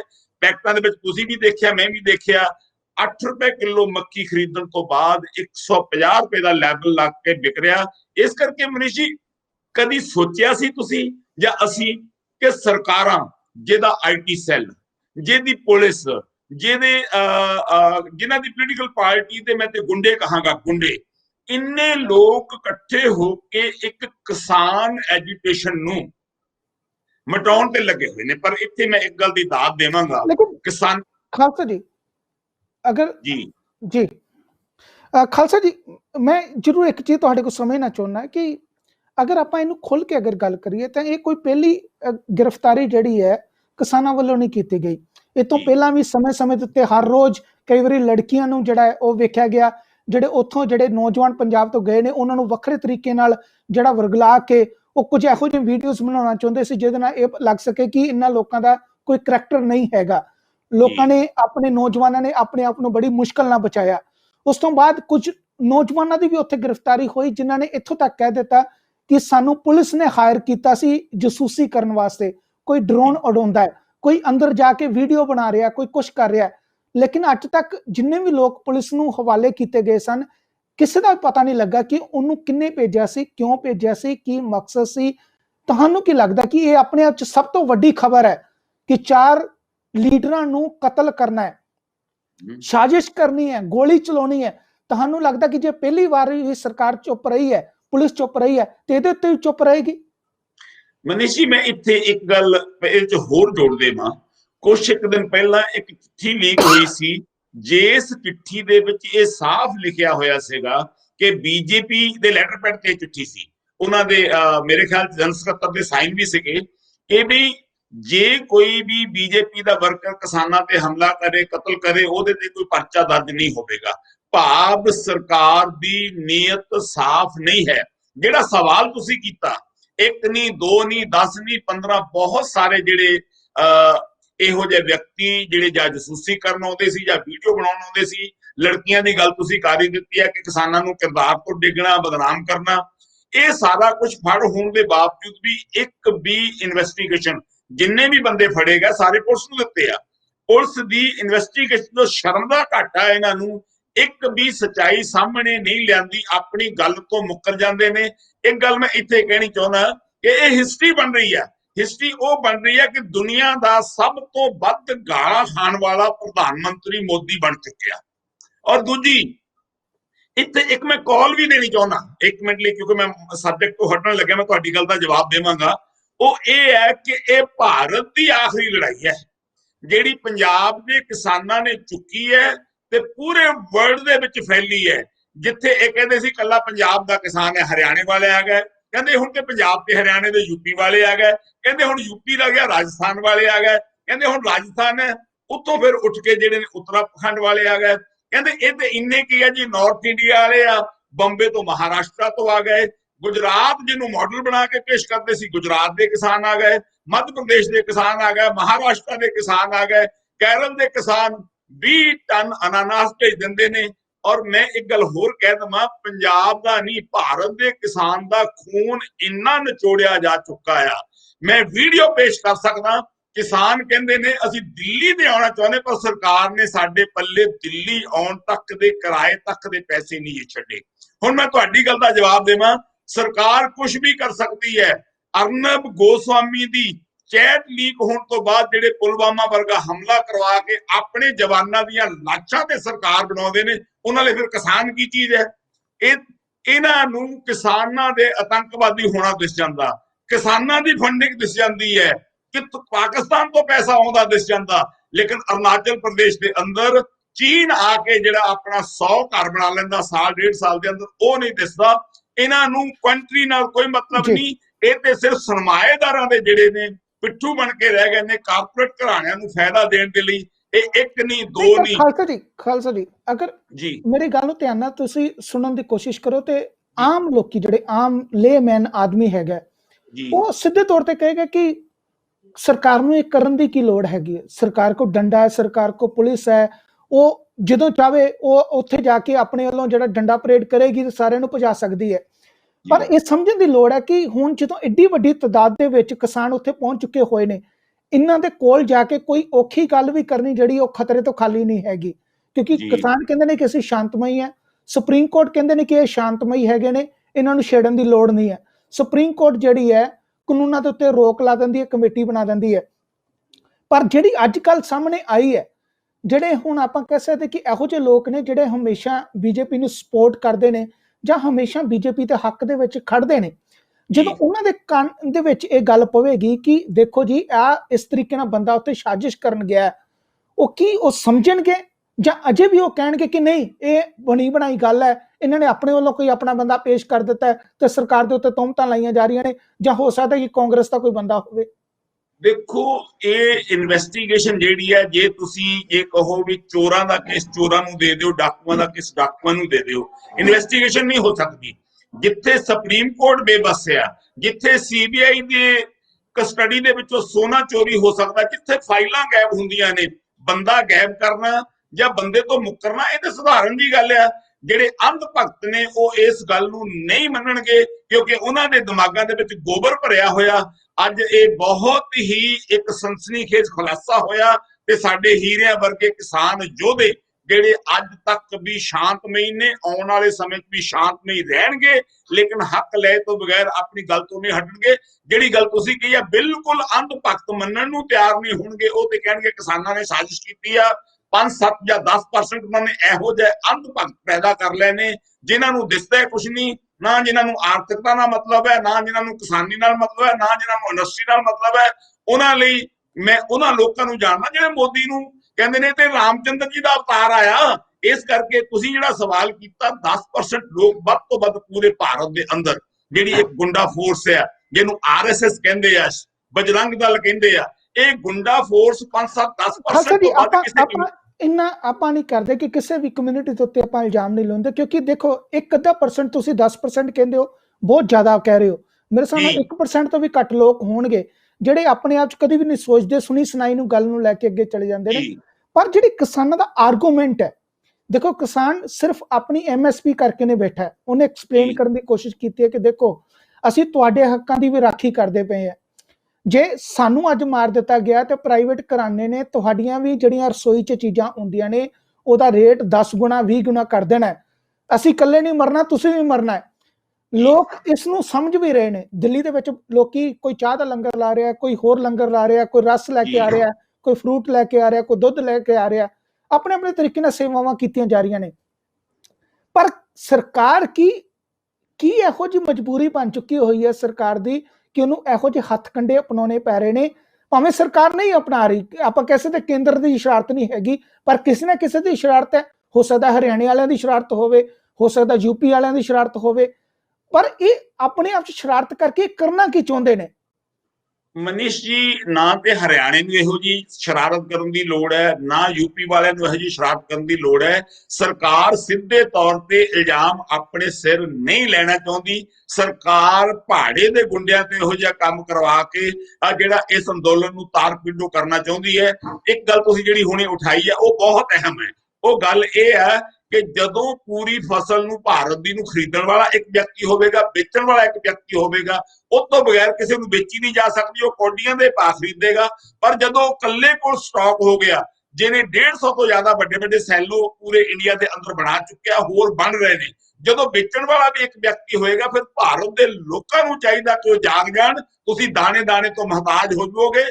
ਕਿਸਾਨ ਸਿਰਫ ਆਪਣੀ ਲੜਾਈ ਨਹੀਂ ਲੜ ਰਿਹਾ, ਆਪਣੀ ਹੋਂਦ ਦੇ ਉੱਤੇ ਨਹੀਂ ਉਹ ਪਹਿਰਾ ਦੇ ਰਿਹਾ, ਉਹ ਤੇ ਪੂਰੇ ਭਾਰਤ ਨੂੰ ਬਚਾਉਣ ਦੀ ਲੜਾਈ ਲੜ ਰਿਹਾ। ਤੇ ਤੁਹਾਡੇ ਵਰਗੇ ਸਿਹਤ ਪੱਤਰਕਾਰ ਜਿਨ੍ਹਾਂ ਨੇ ਇਹੋ ਜਿਹਾ ਮੁੱਦਿਆਂ ਨੂੰ ਚੁੱਕਿਆ, ਤੁਸੀਂ ਇਹਦੇ ਲਈ ਵਧਾਈ ਦੇ ਪਾਤਰ ਹੋ, ਕਿਉਂਕਿ ਅਸੀਂ ਢੰਡੋਰਚੀ ਆ, ਅਸੀਂ ਹੋਕਾ ਦੇਣਾ, ਤੁਸੀਂ ਵੀ ਹੋਕਾ ਦੇ ਰਹੇ ਹੋ, ਤੇ ਸਾਡਾ ਕੰਮ ਹੈ ਜਗਾਉਣਾ। ਇਹ ਇੱਥੇ ਜਿਹੜੇ ਚੌਕੀਦਾਰ ਨੇ, ਜਿਹੜੇ ਚੋਰ ਬਣ ਚੁੱਕੇ ਨੇ, ਉਹ ਅਲੱਗ ਨੇ, ਪਰ ਅਸੀਂ ਜਾਗਦੀ ਜ਼ਮੀਰ ਵਾਲੇ ਚੌਕੀਦਾਰ ਆ। ਅਸੀਂ ਆਪਣੀ ਗੱਲ ਨੂੰ ਠੋਕ ਵਜਾ ਕੇ ਕਹਿੰਦੇ ਆ। ਮੈਂ ਤੇ ਕਹਿੰਦਾ ਸਹੀ ਸਮੇਂ ਤੇ ਸਹੀ ਪ੍ਰੋਗਰਾਮ ਤੁਸੀਂ ਜਿੰਨੇ ਵੀ ਕੀਤੇ ਨੇ ਅੱਜ ਤੱਕ ਦਾ, ਇਸ ਗੱਲ ਦਾ ਮੈਂ ਤੁਹਾਡਾ ਫੈਨ ਹੈ, ਕਿਉਂਕਿ ਤੁਸੀਂ ਜੁਰਤ ਦੇ ਨਾਲ ਆਪਣੀ ਗੱਲ ਨੂੰ ਰੱਖਿਆ। ਅੱਜ ਵੀ ਕਿਸਾਨਾਂ ਦਾ ਇਹ ਮੁੱਦਾ ਆ, ਇਸ ਕਰਕੇ ਭਾਰਤ ਦੇ ਲੋਕਾਂ ਨੂੰ ਜਗਾਉਣ ਲਈ ਅਸੀਂ ਹੋਕਾ ਦਿੰਦੇ ਆ। ਸਰਕਾਰ ਨੂੰ ਲੋੜ ਇਸ ਕਰਕੇ ਆ ਕਿ ਸਰਕਾਰ ਇਸ ਵੇਲੇ ਥਰ-ਥਰ ਕੰਬਦੀ ਆ। ਨਿਊਜ਼ੀਲੈਂਡ, ਆਸਟ੍ਰੇਲੀਆ, ਕੈਨੇਡਾ, ਅਮਰੀਕਾ, ਕਿੱਥੇ ਕਿੱਥੇ ਵੀ ਇਹਦਾ ਚਰਚਾ ਨਹੀਂ ਹੋਇਆ। UNO ਹਰੇਕ ਜਗ੍ਹਾ ਤੇ ਦਾ ਚਰਚਾ ਆ। ਵਰਲਡ ਹਿਸਟਰੀ ਬਣੀ ਹੈ, ਵਰਲਡ ਦਾ ਸਭ ਤੋਂ ਵੱਡਾ ਅੰਦੋਲਨ ਸ਼ਾਂਤਮਈ, ਜਿਹਨੂੰ ਅੱਗ ਲਾਉਣ ਦੀ ਕੋਸ਼ਿਸ਼ ਸਰਕਾਰ ਕਰ ਰਹੀ ਹੈ। ਕਿਸਾਨ ਲੀਡਰਾਂ ਨੂੰ ਸ਼ਹੀਦ ਕਰਨ ਦੀ ਕੋਸ਼ਿਸ਼ ਕਰ ਰਹੀ ਹੈ। ਭਾਰਤ ਸਰਕਾਰ ਅੰਦਰੋਂ ਬਿਲਕੁਲ ਡਰੀ ਹੋਈ ਹੈ। ਬਿਲਕੁਲ ਇਹ ਅੰਦੋਲਨ ਜਿਹੜਾ ਇਕੱਲਾ ਆਪਣੇ ਆਪ ਚ ਕਿਹਾ ਜਾਵੇ ਤਾਂ ਭਾਰਤ ਚ ਨਹੀਂ ਹੋ ਰਿਹਾ, ਅੱਜ ਪੂਰੀ ਦੁਨੀਆ ਦੇ ਵਿੱਚ ਹੋ ਰਿਹਾ। ਪਰ ਇਹ ਸ਼ਾਬਾਸ਼ੀ ਹੈ ਸਾਡੀ ਲੀਡਰਸ਼ਿਪ ਦੀ, ਜਿਨ੍ਹਾਂ ਨੇ ਅਜੇ ਤੱਕ ਇਸ ਨੂੰ ਸ਼ਾਂਤਮਈ ਰੱਖਿਆ ਤੇ ਨੋਨ ਪੋਲੀਟੀਕਲ ਬਣਾ ਕੇ ਰੱਖਿਆ ਕਿ ਅਜੇ ਇਹਦੇ ਵਿੱਚ ਕਿਸੇ ਵੀ ਪੋਲੀਟੀਕਲ ਪਾਰਟੀ ਨੂੰ ਲਾਹਾ ਨਹੀਂ ਲੈਣ ਦਿੱਤਾ ਗਿਆ। ਲੇਕਿਨ ਹੁਣ 26 ਤੱਕ ਦਾ ਜਿਹੜਾ ਆਪਣਾ ਟਾਈਮ ਹੈਗਾ, 72 ਘੰਟੇ ਦੇ ਵਿੱਚ ਹੈਗੇ ਨੇ। 72 ਘੰਟਿਆਂ ਦੇ ਵਿੱਚ ਜਿਸ ਤਰੀਕੇ ਦੀਆਂ ਸਾਜ਼ਿਸ਼ਾਂ ਸ਼ੁਰੂ ਹੋ ਚੁੱਕੀਆਂ ਹੋਈਆਂ ਨੇ, ਉਹਦੇ ਚ ਤੁਹਾਨੂੰ ਲੱਗਦਾ ਕਿ ਹੁਣ ਕਿਸ ਤਰੀਕੇ ਨਾਲ ਬਚਣਾ ਪਵੇਗਾ, ਕਿੰਨਾ ਹੋਰ ਸੁਚੇਤ ਹੋਣ ਦੀ ਲੋੜ ਹੈ? ਅਤੇ ਖਾਸ ਤੌਰ ਤੇ ਜਿਹੜੇ ਸਾਡੇ ਵੀ ਕੁਝ ਇਹੋ ਜਿਹੇ ਲੀਡਰ ਹੈਗੇ ਨੇ ਜਿਹੜੇ ਬਿਨਾਂ ਸੋਚੇ ਸਮਝੇ ਕਹਿ ਦਿੰਦੇ ਨੇ ਚੱਕ ਦਿਓ ਫੱਟੇ, ਛੱਡਣਾ ਨਹੀਂ ਚਾਹੀਦਾ, ਜਿਹੜਾ ਵੀ ਅੱਗੇ ਆ ਗਿਆ ਬੈਰੀਕੇਡ ਤੋੜਾਂਗੇ, ਅਸੀਂ ਝੰਡਾ ਲੈ ਕੇ ਉੱਥੇ ਜਾਵਾਂਗੇ, ਅਸੀਂ ਝੰਡਾ ਲੈ ਕੇ ਇੱਧਰ ਜਾਵਾਂਗੇ। ਅੱਜ ਉਹਨਾਂ ਤੋਂ ਵੀ ਗੁਰੇਜ਼ ਕਰਨ ਦੀ ਲੋੜ ਹੈ। ਉਹਨਾਂ ਨੂੰ ਵੀ ਆਪਣੀ ਉਸ ਬੋਲੀ ਦੇ ਉਹਨਾਂ ਸ਼ਬਦਾਂ ਤੋਂ ਪਾਸੇ ਹਟਣ ਦੀ ਲੋੜ ਹੈ, ਕਿਉਂਕਿ ਸਰਕਾਰ ਜਿਹੜੇ ਸ਼ਬਦ ਲੱਭਦੀ ਹੈ ਉਹ ਸ਼ਬਦ ਇਹ ਦੇ ਕੇ ਇਸ ਤਰੀਕੇ ਦਾ ਕਾਂਡ ਕਰਵਾ ਰਹੇ ਨੇ। ਮਨੀਸ਼, ਕਿਸਾਨ ਲੀਡਰਸ਼ਿਪ ਇਸ ਗੱਲ ਤੋਂ ਬਹੁਤ ਸੁਚੇਤ ਹੈ। ਜਦੋਂ ਲੀਡਰਾਂ ਨੇ ਇਹੋ ਜਿਹਾ ਬਿਆਨ ਦਿੱਤੇ, ਜਿਹੜੇ ਇੱਕ ਲੀਡਰਾਂ ਨੇ ਗੈਰ ਜ਼ਿੰਮੇਵਾਰਾਨਾ ਬਿਆਨ ਦਿੱਤੇ, ਸਾਂਝੀ ਕਮੇਟੀ ਬੈਠ ਕੇ ਉਹਦੇ ਉੱਤੇ ਸਪਸ਼ਟੀਕਰਨ ਦਿੱਤਾ ਗਿਆ ਕਿ ਅਸੀਂ ਤਿਰੰਗਾ ਲਾ ਕੇ ਟਰੈਕਟਰ ਮਾਰਚ ਕਰਨੀ ਹੈ, ਅਸੀਂ ਇਸ ਦੇਸ਼ ਦੇ ਵਸਿੰਦੇ ਆ, ਅਸੀਂ ਕੋਈ ਫालतू ਗੱਲ ਨਹੀਂ ਜੇ ਕਰਨੀ। ਇਸ ਕਰਕੇ ਜਿਹੜੇ ਗੈਰ ਜ਼ਿੰਮੇਵਾਰਾਨਾ ਬਿਆਨ ਆ, ਉਹਦੇ ਪਿੱਛੇ ਕਈ ਵਾਰੀ ਤੇ ਬਿਆਨ ਦੇ ਦਿੱਤੇ ਜਾਂਦੇ ਆ। ਇਹਨੂੰ ਅਸੀਂ ਅਣਗਹਿਲੀ ਕਹਿ ਸਕਦੇ ਹਾਂ, ਗੈਰ ਜ਼ਿੰਮੇਵਾਰੀ ਕਹਿ ਸਕਦੇ ਹਾਂ। ਕਈ ਵਾਰੀ ਉਹਨਾਂ ਦੇ ਬਿਆਨਾਂ ਨੂੰ ਬੀਜੇਪੀ ਦਾ ਜਿਹੜਾ ਸੈੱਲ ਆ, IT ਸੈੱਲ ਆ, ਉਹ ਤਰੋੜ ਕੇ ਪੇਸ਼ ਕਰਦਾ। ਬੀਜੇਪੀ ਦੇ IT ਸੈੱਲ ਨੂੰ ਇੰਨੀ ਮਹਾਰਤ ਹੈ, ਉਹ ਜਿੰਦਾ ਬੰਦੇ ਨੂੰ ਮੁਰਦਾ ਤੇ ਮਰੇ ਹੋਏ ਨੂੰ ਜਿੰਦਾ ਸਾਬਤ ਕਰਨ ਦੀ ਮਹਾਰਤ ਰੱਖਦਾ। ਇਹਨਾਂ ਨੇ ਪੂਰਾ ਖਾਲਸਾ ਜੀ ਜੇ ਅੱਜ ਬੀਜੇਪੀ ਦੇ ਹੱਥ IT ਸੈੱਲ ਆਇਆ ਤੇ ਇਹ IT ਸੈੱਲ ਪਹਿਲਾਂ ਕਾਂਗਰਸ ਲੈ ਕੇ ਆਈ ਹੈ, ਕਾਂਗਰਸ ਤੋਂ ਬਾਅਦ Aam Aadmi party IT cell ਨੂੰ ਲੈ ਕੇ ਆਈ ਹੈ। ਉਹਨਾਂ ਨੇ ਠੀਕ ਹੈ, ਉਹਨਾਂ ਨੇ ਥੋੜਾ ਵਰਤਿਆ ਸੀ, ਕਿਸੇ ਨੇ 10% ਵਰਤਿਆ, ਕਿਸੇ ਨੇ 20% ਵਰਤਿਆ, ਤੇ ਕੋਈ 101% ਵਰਤਣ ਨੂੰ ਤੁਰਿਆ ਫਿਰਦਾ। ਪਰ ਅਲਟੀਮੇਟਲੀ ਤੇ ਲੋਕਾਂ ਨੂੰ ਭੰਬਲ ਭੂਸੇ ਚ ਪਾਉਣ ਦੀ ਇਹਨਾਂ ਨੇ ਸਾਰਿਆਂ ਨੇ ਕੋਸ਼ਿਸ਼ ਕੀਤੀ ਹੈ ਨਾ, ਆਪਣੇ ਆਪਣੇ ਤਰੀਕੇ ਨਾਲ ਤੁਸੀਂ ਵੀ IT ਟੈਕਨੋਲੋਜੀ ਨੂੰ ਯੂਜ਼ ਕਰ ਰਹੇ। ਤੁਸੀਂ ਨਿਊਯਾਰਕ ਬੈਠੇ ਆ, ਮੈਂ ਟੋਰਾਂਟੋ ਬੈਠਾ, ਸਾਡੀ ਗੱਲਬਾਤ ਹੋ ਰਹੀ ਹੈ, ਗੱਲਬਾਤ ਪੂਰੀ ਦੁਨੀਆ 'ਚ ਜਾ ਰਹੀ ਹੈ। ਇਸ IT ਨੂੰ ਪੋਜ਼ਿਟਿਵ ਯੂਜ਼ ਕਰਨਾ ਬਿਲਕੁਲ ਬੀਜੇਪੀ ਨੇ ਇੱਕ ਵਾਰੀ ਸੋਚਿਆ ਵੀ ਨਹੀਂ ਹੈ। ਝੂਠ ਫੈਲਾਉਣ ਦੇ ਲਈ ਪਿੱਛੇ ਜੇ ਇੱਕ ਵੀਡੀਓ ਬਣਾ ਕੇ ਪੇਸ਼ ਕਰ ਦਿੱਤੀ ਕਿ ਕਿਸਾਨ ਘਰਾਂ ਨੂੰ ਜਾ ਰਹੇ ਨੇ, ਅੰਦੋਲਨ ਖਤਮ ਹੋ ਗਿਆ, ਸਰਕਾਰ ਦਾ ਫੈਸਲਾ ਹੋ ਗਿਆ, ਜਾਂ ਫਿਰ ਇੱਕ ਪੱਤਰਕਾਰ ਤੋਂ ਬਿਆਨ ਦਵਾ ਦਿੱਤਾ ਕਿ ਇੱਥੇ ਗੋਲੀਆਂ ਚੱਲ ਜਾਣੀਆਂ, ਮਿਲਟਰੀ ਆ ਰਹੀ ਆ, ਉਹ ਹੋ ਰਿਹਾ, ਮਿਲਟਰੀ ਅਪਰੋਚ ਕਰ ਰਹੀ ਹੈ। ਲੇਕਿਨ ਇਹ ਜਿਹੜਾ IT ਸੈੱਲ ਆ, ਇਹ ਦੇਸ਼ ਵਿਰੋਧੀ 100% ਹੈ। ਜਿਹੜੀ ਤੁਸੀਂ ਕਾਂਗਰਸ ਦੀ ਗੱਲ ਕੀਤੀ 10% ਉਹ ਵੀ ਹੋ ਸਕਦਾ। ਜਿੱਥੋਂ ਤੱਕ ਮੈਨੂੰ ਲੱਗਦਾ ਆਮ ਆਦਮੀ ਪਾਰਟੀ ਦਾ ਨਾ ਮੈਂ ਮੈਂਬਰ ਆ, ਨਾ ਮੇਰੀ ਉਹਨਾਂ ਨਾਲ ਕੋਈ ਹਮਦਰਦੀ, ਸਿੱਧੀ ਜੀ ਗੱਲ ਆ। ਪਰ ਉਹਨਾਂ ਨੇ ਆਈਟੀ ਸੈੱਲ ਨੂੰ ਇੰਨਾ ਨੈਗੇਟਿਵ ਯੂਜ਼ ਨਹੀਂ ਕੀਤਾ। ਜਿੱਥੋਂ ਤੱਕ ਬੀਜੇਪੀ ਗਿਰ ਚੁੱਕੀ ਹੈ, ਇਦੋਂ ਵੱਧ ਸ਼ਾਇਦ ਕੋਈ ਗਿਰ ਪਵੇ, ਜਿਨ੍ਹਾਂ ਦਾ ਇੱਕੋ ਹੀ ਇੱਕ ਏਜੰਡਾ ਹੈ ਕਿ ਅਡਾਨੀ ਅੰਬਾਨੀ ਦਾ ਫਾਇਦਾ ਕਰਨ ਲਈ ਜੇ ਸਾਨੂੰ ਅੱਧਾ ਭਾਰਤ ਵੀ ਮਾਰਨਾ ਪੈ ਜਾਵੇ, ਜ਼ਮੀਨ ਖਾਲੀ ਰਹਿ ਜਾਵੇ, ਅਸੀਂ ਮਾਰ ਲਿਆਂਗੇ। ਕਿਉਂਕਿ ਅਰਬਾਂ ਰੁਪਈਆਂ ਦਾ ਫੰਡ ਉਹਨਾਂ ਕੋਲੋਂ ਲੈ ਚੁੱਕੇ ਨੇ, ਅੱਗੇ ਇਲੈਕਸ਼ਨ ਲੜਨ ਨੂੰ ਲੈਣਾ ਆ। ਇਹ ਉਹਨਾਂ ਦੇ ਇੱਕ ਤਰ੍ਹਾਂ ਮੁਹਤਾਜ ਹੋ ਚੁੱਕੇ ਨੇ। ਮੇਰੇ ਖਿਆਲ ਪਿੱਛੇ ਜਦ ਤੁਸੀਂ ਕੁਝ ਸਟੇਟਮੈਂਟਸ ਸੁਣੀਆਂ ਹੋਣਗੀਆਂ ਹਿੰਦੂ ਲੀਡਰਾਂ ਦੀਆਂ, ਮੇਰੇ ਸਤਿਕਾਰਯੋਗ ਨੇ ਉਹ ਹਿੰਦੂ ਲੀਡਰ ਜਿਹੜੇ ਕਿਸਾਨਾਂ ਦੀ ਹਮਾਇਤ ਵਿੱਚ ਆਏ ਨੇ। ਅਸੀਂ ਕਦੀ ਵੀ ਪੂਰੇ ਹਿੰਦੂ ਨੂੰ ਬੁਰਾ ਨਹੀਂ ਕਹਿ ਸਕਦੇ, ਕਿਉਂਕਿ ਜਿਨ੍ਹਾਂ ਦੀ ਜ਼ਮੀਰ ਜਾਗਦੀ ਸੀ, ਜਿਨ੍ਹਾਂ ਕੋਲ ਜ਼ਮੀਨ ਨਹੀਂ ਸੀ, ਉਹ ਕਿਸਾਨਾਂ ਦੇ ਨਾਲ ਆ ਕੇ ਖੜੇ ਹੋਏ ਨੇ। ਉਹ ਤਾਂ ਇੱਥੋਂ ਤੱਕ ਕਹਿ ਗਏ ਕਿ ਅਡਾਨੀ ਹੋਣਾ ਨੇ ਮੋਦੀ ਦਾ ਅਸਤੀਫਾ ਲਿਖਵਾ ਕੇ ਰੱਖਿਆ ਹੋਇਆ ਕਿ ਜੇ ਮੋਦੀ ਇਹਨਾਂ ਬਿੱਲਾਂ ਨੂੰ ਵਾਪਸ ਲੈਂਦਾ ਤੇ ਮੋਦੀ ਨੂੰ ਵੀ ਇਸ ਕੁਰਸੀ ਤੋਂ ਲਾਂਭੇ, ਪ੍ਰਧਾਨ ਮੰਤਰੀ ਦੀ ਕੁਰਸੀ ਤੋਂ ਲਾਂਭੇ ਕਰ ਦਿੱਤਾ ਜਾਵੇਗਾ। ਇਸ ਕਰਕੇ ਮੈਨੂੰ ਲੱਗਦਾ ਮੋਦੀ ਆਪਣੇ ਆਪ 'ਚ ਬੇਬਸ ਆ। ਜਿਹੜੀ ਗੱਲ ਉਹ ਕਹਿੰਦਾ ਸੀਗਾ ਕਿ ਮੈਂ ਤੇ ਚੌਕੀਦਾਰ ਹਾਂ, ਹੁਣ ਇਹ ਗੱਲ ਸਾਬਤ ਹੋ ਗਈ ਹੈ ਕਿ ਮਾਲਕ ਅਸਲ ਦੇ ਵਿੱਚ ਹੋਰ ਹੈ, ਇਹ ਚੌਕੀਦਾਰ ਹੈ। ਲੇਕਿਨ ਇਹ ਚੌਕੀਦਾਰ ਮਾਲਕਾਂ ਦੇ ਨਾਲ ਮਿਲ ਕੇ ਕਿਸੇ ਹੋਰ ਜਿਹੜਾ ਸਾਡੇ ਪੂਰੇ ਦੇਸ਼ ਦਾ ਖਜ਼ਾਨਾ ਆ, ਚਾਹੇ ਉਹ ਇੰਡਸਟਰੀ ਹੈ, ਚਾਹੇ ਉਹ ਬਾਜ਼ਾਰ ਹੈ, ਚਾਹੇ ਕੁਝ ਹੋਰ ਹੈ, ਸਭ ਨੂੰ ਕੰਗਾਲ ਕਰਤਾ। ਰੇਲਵੇ ਵੇਚ ਲਿਆ, ਬੀਮਾ ਵੇਚ ਲਿਆ, ਕੀ ਵੇਚਤਾ, 에ਅਰਪੋਰਟ ਵੇਚਤੇ, ਲਾਲ ਕਿਲਾ ਵੇਚਤਾ, ਫਿਰ 에ਅਰਲਾਈਨ ਵੇਚ ਦਿੱਤੀ। ਫਿਰ ਸਰਕਾਰ ਕੀ ਕਰਨ ਨੂੰ ਰੱਖੀ ਆ? ਫਿਰ ਅਡਾਨੀ ਤੇ ਅੰਬਾਨੀ ਨੂੰ ਸਾਰਾ ਕੁਝ ਦੇ ਕੇ ਤੁਸੀਂ ਵੀ ਘਰਾਂ ਨੂੰ ਜਾਓ, ਰਾਸ਼ਟਰਪਤੀ ਤੋਂ ਜਦੋਂ ਮਰਜ਼ੀ ਸਾਈਨ ਕਰਾਉਣੇ। ਇਸ ਕਰਕੇ ਬੀਜੇਪੀ ਹਰੇਕ ਫਰੰਟ ਤੇ ਫੇਲ ਹੋਈ ਹੈ। ਉਹਨਾਂ ਦਾ ਇੱਕੋ ਹੀ ਇੱਕ ਏਜੰਡਾ ਆ, ਭਾਰਤ ਦੇ ਲੋਕਾਂ ਨੂੰ ਬੇਬਸ ਕਰਕੇ ਇਹਨਾਂ ਨੂੰ ਇੰਨਾ ਮਜਬੂਰ ਕਰ ਦਿੱਤਾ ਜਾਵੇ। ਜਿਹੜੀ ਹਿਟਲਰ ਦੀ ਗੱਲ ਮੈਂ ਆਪ ਜੀ ਨੂੰ ਯਾਦ ਕਰਵਾ ਦਵਾਂ ਅੱਗੇ ਗੱਲ ਕਰਨ ਤੋਂ ਪਹਿਲਾਂ, ਹਿਟਲਰ ਕਹਿੰਦਾ ਸੀ ਲੋਕਾਂ ਨੂੰ ਇੰਨਾ ਨਿਚੋੜ ਦਿਓ ਕਿ ਜਿੰਦਾ ਰਹਿਣ ਨੂੰ ਹੀ ਵਿਕਾਸ ਸਮਝਣ। ਇੱਥੇ ਟਾਇਲਟਾਂ ਨੂੰ ਵਿਕਾਸ ਸਮਝਦੇ ਸੀ, ਉਹ ਵੀ ਝੂਠ ਬੋਲੀ ਜਾਂਦਾ। ਆਪਾਂ ਜ਼ਰੂਰ ਗੱਲ ਕਰੀਏ ਕਿ ਸੋਸ਼ਲ ਮੀਡੀਆ ਤੇ ਆਪਾਂ ਸਾਰਾ ਕੁਝ ਇਹ ਪੜ੍ਹਦੇ ਵੀ ਹਾਂ, ਲੋਕੀ ਆਪਣੇ ਆਪਣੇ ਤਰੀਕੇ ਨਾਲ ਜਿਹੜੀ ਆਪਣੀ ਆਪਣੀ ਗੱਲ ਰੱਖਦੇ ਵੀ ਨੇ। ਪਰ ਮੈਂ ਇੱਕ ਚੀਜ਼ ਜ਼ਰੂਰ ਤੁਹਾਡੇ ਕੋਲ ਪੁੱਛਣਾ ਚਾਹੁੰਦਾ ਹੈ, ਜਿਹੜੀ ਅੱਜ ਦੀ ਘਟਨਾ ਹੈ ਇਸ ਨੂੰ ਹੀ ਆਪਾਂ ਅਗਰ ਧਿਆਨ ਨਾਲ ਸੁਣਨ ਦੀ ਕੋਸ਼ਿਸ਼ ਕਰੀਏ ਜਾਂ ਸਮਝਣ ਦੀ ਕੋਸ਼ਿਸ਼ ਕਰੀਏ, ਨੈਸ਼ਨਲ ਮੀਡੀਆ ਜਿਹੜਾ ਉਹਦੇ ਉੱਤੇ ਇਹ ਖਬਰ ਨਹੀਂ ਆਉਂਦੀ NDTV ਨੂੰ ਛੱਡ ਕੇ ਕਿ ਇਸ ਤਰੀਕੇ ਨਾਲ ਇੱਕ ਵਿਅਕਤੀ ਦੀ ਗ੍ਰਿਫਤਾਰੀ ਹੋਈ ਹੈ ਜਿਹਦੇ ਕੋਲ ਰਿਵਾਲਵਰ ਵੀ ਫੜਿਆ ਗਿਆ ਤੇ ਨਾਲ ਹੀ ਨਾਲ ਉਹਦੀ ਸਾਜ਼ਿਸ਼ ਇਸ ਤਰੀਕੇ ਦੀ ਸੀ। ਪੂਰਾ ਨੈਸ਼ਨਲ ਮੀਡੀਆ ਜਿਹੜਾ ਉਹ ਚੁੱਪ ਕਰਕੇ ਬਹਿ ਜਾਂਦਾ ਹੈ, ਉਹ ਕਹਿੰਦੇ ਹੋਇਆ ਹੀ ਕੁਛ ਨਹੀਂ। ਅਤੇ ਦੂਸਰੇ ਪਾਸੇ ਸੋਸ਼ਲ ਮੀਡੀਆ ਜਿਹੜਾ ਹੈ ਉਹ ਆਪਣੇ ਵੱਲੋਂ ਆਪਣਾ ਫਰਜ਼ ਪੂਰਾ ਕਰਦਾ ਹੈ। ਜਿੰਨੀ ਵੀ ਉਹਨਾਂ ਦੀ ਰੀਚ ਹੈਗੀ ਉਹ ਖਬਰ ਨੂੰ ਦੱਸਿਆ ਜਾਂਦਾ ਹੈ। ਪ੍ਰੈਸ ਕਾਨਫਰੰਸ ਦੇ ਵਿੱਚ ਵੀ ਲਗਾਤਾਰ ਦੱਸਿਆ ਜਾਂਦਾ ਕਿ ਇਸ ਤਰੀਕੇ ਨਾਲ ਇਹ ਘਟਨਾ ਜਿਹੜੀ ਅੱਜ ਵਾਪਰੀ ਹੈ। ਤੁਹਾਨੂੰ ਕੀ ਲੱਗਦਾ ਹੈ ਕਿ ਅਗਰ ਪਹਿਲੇ ਦਿਨ ਤੋਂ ਆਪਣਾ ਸੋਸ਼ਲ ਮੀਡੀਆ ਨਾ ਹੁੰਦਾ ਤੇ ਇਹ ਪੂਰੇ ਦਾ ਪੂਰਾ ਸੰਘਰਸ਼ ਜਿਹੜਾ ਹੈ ਉਹਦੀ ਕਵਰੇਜ ਅਗਰ ਨੈਸ਼ਨਲ ਮੀਡੀਆ ਤੇ ਹੱਥ ਹੁੰਦੀ ਤੇ ਕੀ ਅੱਜ ਤੱਕ ਇਹ ਜਿਹੜਾ ਸੰਘਰਸ਼ ਚੱਲ ਰਿਹਾ ਹੈ ਸ਼ਾਂਤਮਈ ਤਰੀਕੇ ਨਾਲ, ਇਹ ਉੱਥੇ ਰਹਿ ਪਾਉਂਦਾ? ਮਨੀਸ਼ ਜੀ, ਇਹਨੂੰ ਨੈਸ਼ਨਲ ਮੀਡੀਆ ਕਹਿਣਾ ਬੰਦ ਕਰ ਦਿਓ। ਇਹ ਤੁਹਾਨੂੰ ਵੀ ਪਤਾ, ਮੈਨੂੰ ਵੀ ਪਤਾ, 27 ਚੈਨਲਾਂ ਤੋਂ 24 ਚੈਨਲਾਂ ਦੇ ਮਾਲਕ ਅਡਾਨੀ ਤੇ ਅੰਬਾਨੀ ਨੇ। ਤੇ ਉੱਥੇ ਜਿਹੜੇ ਬੋਲਣ ਵਾਲੇ ਬੰਦੇ ਨੇ ਮਰੀ ਹੋਈ ਜ਼ਮੀਰ ਵਾਲੇ ਬੰਦੇ ਨੇ। ਸਰਕਾਰ ਨੇ ਸਰਕਾਰੀ ਖਜ਼ਾਨੇ ਚੋਂ ਇਹਨਾਂ ਪ੍ਰਾਈਵੇਟ TV ਚੈਨਲਾਂ ਨੂੰ 11 ਅਰਬ ਰੁਪਈਆ ਦੇ ਚੁੱਕੇ ਪਿਛਲੇ ਕੁਝ ਸਾਲਾਂ 'ਚ। 11 ਅਰਬ ਰੁਪਈਆ ਦੇਣਾ ਇਹ ਛੋਟੀ ਗੱਲ ਨਹੀਂ ਹੈ। ਅਸਲ ਦੇ ਵਿੱਚ ਇਹ ਨੈਸ਼ਨਲ ਮੀਡੀਆ ਨਹੀਂ ਹੈ। ਆਉਣ ਵਾਲੇ ਸਮੇਂ 'ਚ ਜਦੋਂ ਮੀਡੀਆ ਦਾ ਆਪਣੇ, ਮੈਂ ਇੱਕ ਐਗਜ਼ਾਮਪਲ ਦੇਵਾਂਗਾ, ਇਹ ਅਮਰੀਕਾ ਦੀ ਹੀ ਗੱਲ ਹੈ। ਉੱਥੇ ਦੇ ਪੱਤਰਕਾਰਾਂ ਨੇ ਟਰੰਪ ਨੂੰ ਕਹਿ ਦਿੱਤਾ ਵੀ ਸਾਨੂੰ ਤੂੰ ਇੰਡੀਅਨ ਪੱਤਰਕਾਰ ਸਮਝ ਲਿਆ। ਭਾਵ ਇੰਨੀਆਂ ਲਾਹਨਤਾਂ ਜਿਹੜੀਆਂ ਪੈਂਦੀਆਂ ਨੇ, ਇਹ ਬਿਲਕੁਲ ਵੀ ਨੈਸ਼ਨਲ ਮੀਡੀਆ ਨਹੀਂ ਹੈ। ਇਹ ਅਡਾਨੀ ਅੰਬਾਨੀ ਤੇ ਮੋਦੀ ਦਾ ਮੀਡੀਆ ਆ। ਇਹਨਾਂ ਨੂੰ ਜੋ ਪਿੱਛੋਂ ਜਿੱਦਾਂ ਖਿਲਾਉਣਾ ਚਾਬੀ ਨਾਲ ਨਹੀਂ ਚੱਲਦਾ, ਚਾਬੀ ਦਿੱਤੀ ਜਾਂਦੀ ਹੈ, ਇਹ ਉਹੋ ਹੀ ਬਕਦੇ ਆ। ਇਹਨਾਂ ਕੋਲ ਹੋਰ ਇਹਨਾਂ ਦੇ ਪੱਲੇ ਕੁਛ ਨਹੀਂ ਹੈ। ਸੱਚ ਦਿਖਾਉਣਾ ਤੇ ਦੂਰ ਦੀ ਗੱਲ ਆ। ਇਹ ਤੇ ਭਲਾ ਹੋਵੇ ਟੈਕਨੋਲੋਜੀ ਦਾ ਜਿਹੜਾ ਸੋਸ਼ਲ ਮੀਡੀਆ ਆ ਗਿਆ। ਕਿਸਾਨਾਂ ਨੇ ਆਪਣੀ ਗੱਲ ਰੱਖੀ ਹੈ। ਹੁਣ ਤੱਕ ਤੇ ਜੇ ਕਿਤੇ ਸੋਸ਼ਲ ਮੀਡੀਆ ਨਾ ਹੁੰਦਾ, ਇਹਨਾਂ ਨੇ ਅੰਦੋਲਨ ਨੂੰ ਇੰਨਾ ਬਦਨਾਮ ਕਰ ਦੇਣਾ ਸੀ ਕਿ ਇਹ ਬੰਦੇ ਖੂਨ ਖਰਾਬਾ ਕਰਾਉਣ ਤੇ ਤੁਲੇ ਹੋਏ ਨੇ। ਹੁਣ ਸਾਜ਼ਿਸ਼ ਫੜੀ ਗਈ ਆ, ਇਹਨਾਂ ਨੇ ਖੂਨ ਖਰਾਬਾ ਕਰਾ ਦੇਣਾ ਸੀ। ਅੱਜ ਦਾ ਵੀ ਜਿਹੜੀ ਘਟਨਾ ਹੋਈ ਹੈ ਸ਼ੌਕਿੰਗ ਘਟਨਾ ਆ।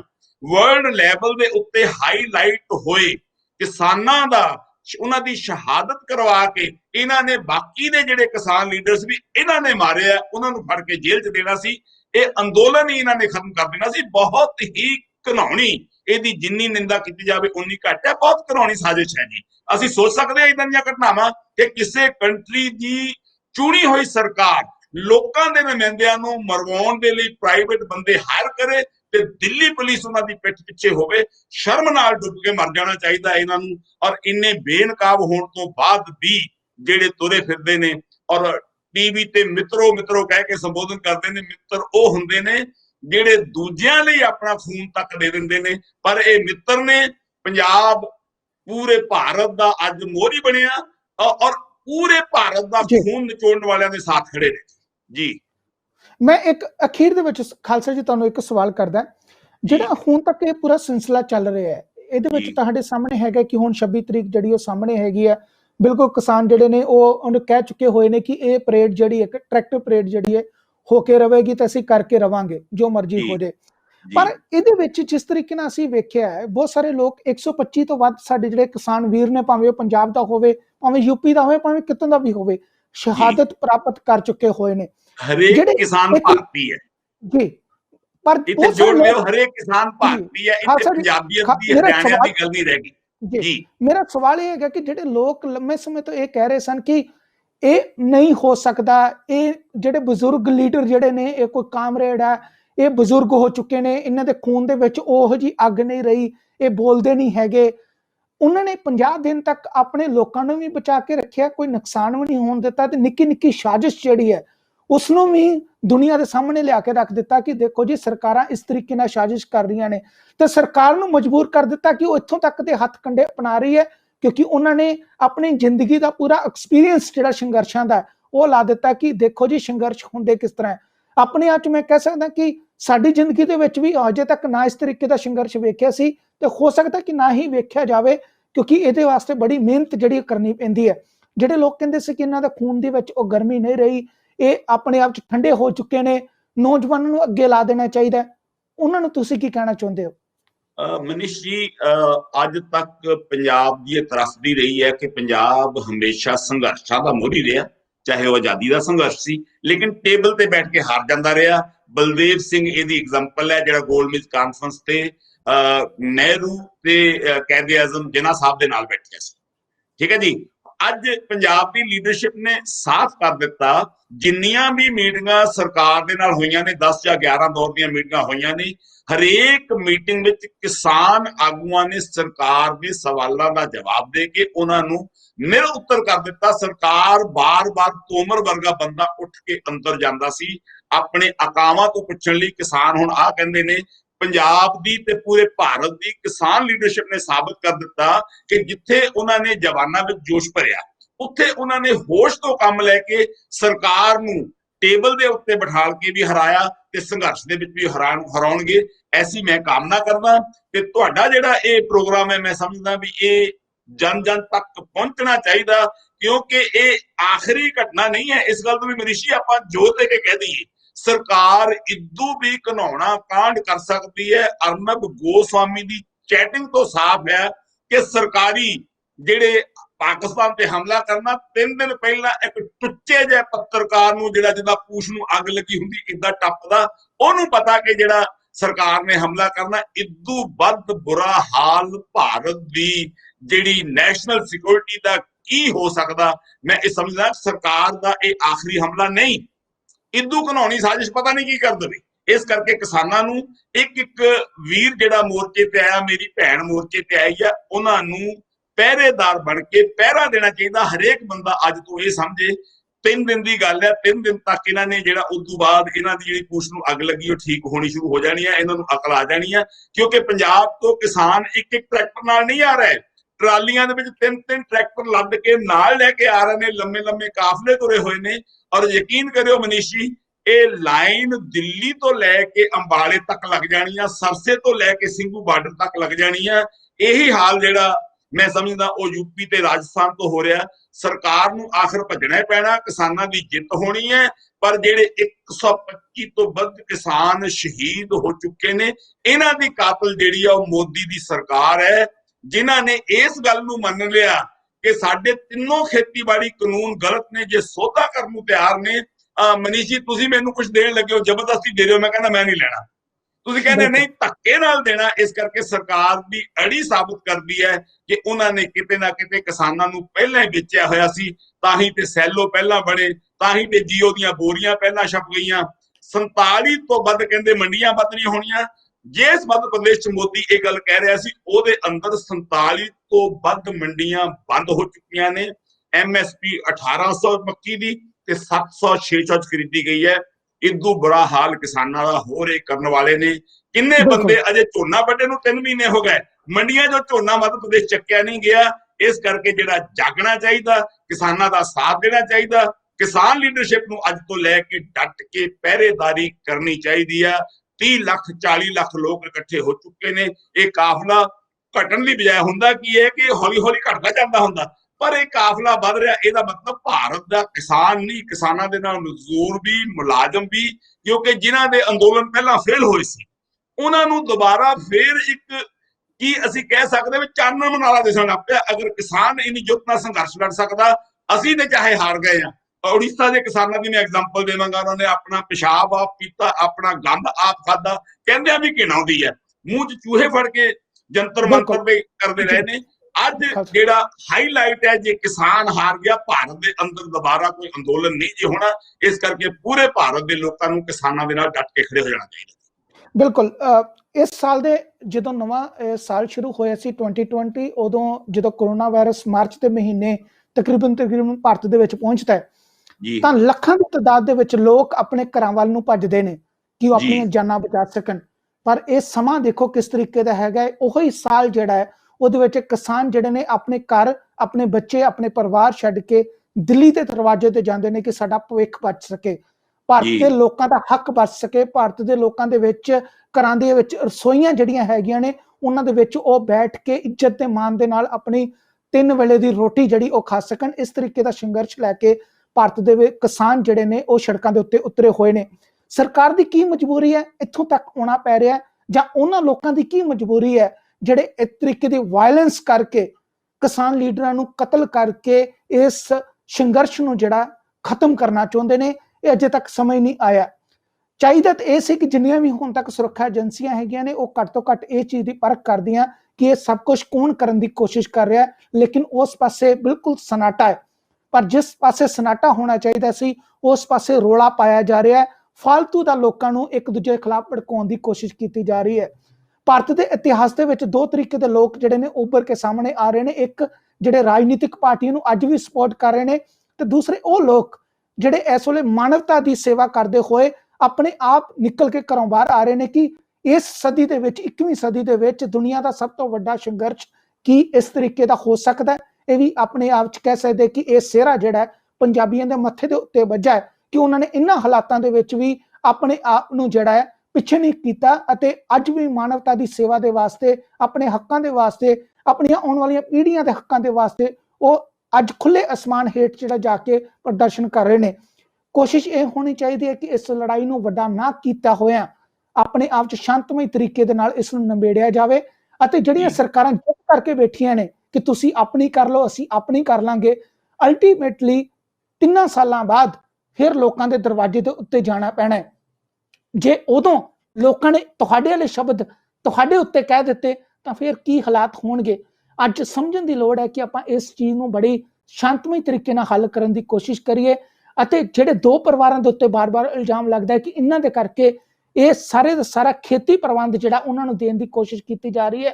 ਅੱਜ ਉਹ ਲੋਕ ਜਿਹੜੇ ਨੇ ਇਸੇ ਹੀ ਹਾਲਾਤਾਂ ਦੇ ਵਿੱਚ ਜਦੋਂ ਲੋਕਾਂ ਨੂੰ ਆਪਣੀ ਰੋਟੀ ਦੇ ਲਾਲੇ ਪਏ ਨੇ, ਕੋਈ ਆਪਣੀ ਜਾਇਦਾਦ ਨੂੰ 10% ਵੇਚ ਕੇ 1.5 ਲੱਖ ਕਰੋੜ ਆਪਣੇ ਖਾਨੇ ਦੇ ਵਿੱਚ ਪਾ ਰਿਹਾ, ਦੂਸਰਾ ਜਿਹੜਾ ਹੈ ਉਹ 10% ਵੇਚ ਕੇ ਜਿਹੜਾ ਹੈ ਤਕਰੀਬਨ 74,000 ਕਰੋੜ ਭਾਰਤ ਦਾ ਜਿਹੜਾ ਰੁਪਈਆ ਹੈ ਉਹ ਆਪਣੇ ਖਜ਼ਾਨੇ ਦੇ ਵਿੱਚ ਪਾ ਰਿਹਾ। ਲੋਕ ਤਰਾਹੀ ਕਰ ਰਹੇ ਨੇ। ਉਹ ਕਹਿ ਰਹੇ ਨੇ ਕਿ ਅਸੀਂ ਦੁਨੀਆ ਦੇ 6ਵੇਂ ਸਭ ਤੋਂ ਅਮੀਰ ਬੰਦੇ ਬਣ ਗਏ, ਕੋਈ ਕਹਿੰਦਾ ਕਿ ਮੈਂ 10ਵਾਂ ਅਮੀਰ ਬੰਦਾ ਬਣ ਗਿਆ। ਅੱਜ ਕੋਸ਼ਿਸ਼ ਕਰਨੀ ਚਾਹੀਦੀ ਹੈ ਕਿ ਅਸੀਂ ਮਨੁੱਖਾਂ ਦੀਆਂ ਜ਼ਿੰਦਗੀਆਂ ਦੀ ਕਦਰ ਕਰਨੀ ਸਿੱਖੀਏ। 125 ਲੋਕਾਂ ਦੀ ਸ਼ਹਾਦਤ ਅਗਰ ਕਿਸੇ ਡਿਵੈਲਪ ਮੁਲਕ ਦੇ ਵਿੱਚ ਹੋਈ ਹੁੰਦੀ ਤਾਂ ਹੁਣ ਤੱਕ ਸਰਕਾਰਾਂ ਡਿੱਗ ਗਈਆਂ ਹੁੰਦੀਆਂ। ਪਰ ਕੀ ਕਰੀਏ, ਹਾਲਾਤ ਤੁਹਾਡੇ ਸਾਹਮਣੇ ਨੇ। ਅੱਜ ਵੀ ਲੋਕ ਜਿਹੜੇ ਨੇ ਚਿੱਟੇ ਮਲਮਲ ਦੇ ਕੁੜਤੇ ਪਜਾਮੇ ਪਾ ਕੇ ਕਹਿੰਦੇ ਨੇ कि हमसे बढ़िया राज कोई और नहीं कर सकता और हम करके बताएंगे। लेकिन यह कि इस चीज़ को आप खत्म करिए, शांतमई तरीके दे नाल गलबात करिए। तो किसान लीडरशिप में भी शाबाश बनती है जिन्होंने हजे तक सब कुछ संयम च रख के जड़ा चलन की कोशिश की है। तो यह क्या कि जिहड़ी हद तक तुसीं जाना चाहुंदे हो उस हद तक असीं जावांगे, लेकिन असीं दुनिया नूं इह दस के रवांगे कि पंजाबी जिहड़े ने वो शांतमई तरीके दे नाल अपनी गल मनवाउणी जाणदे ने।